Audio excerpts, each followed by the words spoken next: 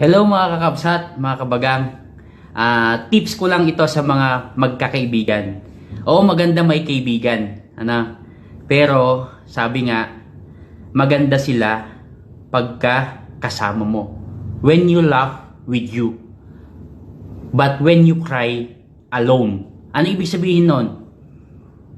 Pagka may napapakinabangan sila sa iyo at masaya sila sa iyo, andyan sila. Pero once nagkaroon ka ng problema, kailangan mo ng tulong, wala na sila.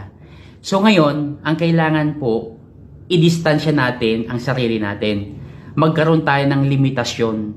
Lahat ng problema na pinagdadaanan mo, lahat ng sikreto na kinikimkim mo, huwag mong sasabihin lahat sa kaibigan mo.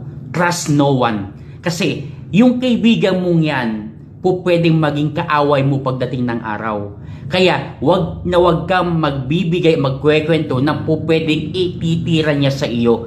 Kaya kung gusto mong proteksyonan yung peace of mind mo, yung pagkatao mo, wag masyadong magtiwala sa kapwa.